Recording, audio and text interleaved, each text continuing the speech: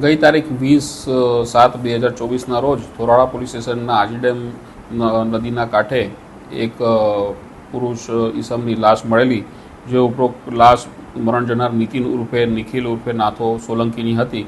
અને એ બાબતે તપાસ કરતાં એમના જે મિત્રો છે બે, મનોજ ઉર્ફે મનિયો બિસ્લરી મકવાણા તથા અન્ય કરણ હેમંત રાઠોડ, તેઓએ તેનું ખૂન નિપજાવી મૃત્યુ કરેલ હતું. જે બાબતે થોરાળા પોલીસ સ્ટેશનમાં BNS કલમ 103(1) તથા 54 મુજબનો ગુનો 23 તારીખે દાખલ કરેલ.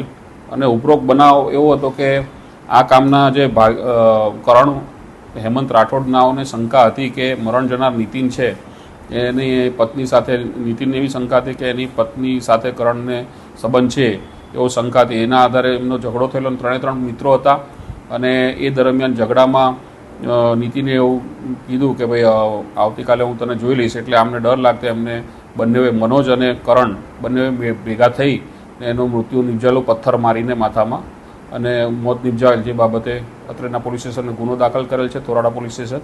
અને આ કામના આરોપી છે મનોજ ઉર્ફે બિસ્લરી મકવાણા, એને અટક કરવામાં આવેલ છે.